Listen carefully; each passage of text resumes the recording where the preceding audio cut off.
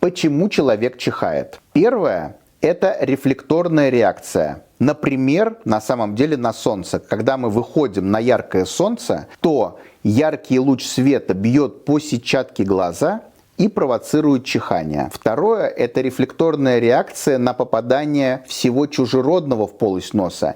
И не только песчинок и соринок, но и газов, но и воды в том числе, жидких каких-то соединений. Поэтому, когда мы чихаем, это нормально. Третье – это аллергены, которые попадают в полость носа.